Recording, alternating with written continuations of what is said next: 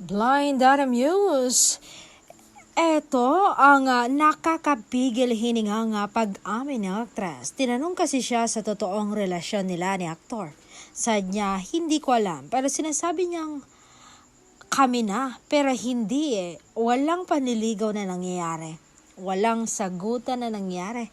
Nagulat nga ako na may level na pala ang relasyon naming dalawa kahit may karelasyon pa siyang iba. Yan ang matapang na inamin ng aktres na talagang makapigil hininga.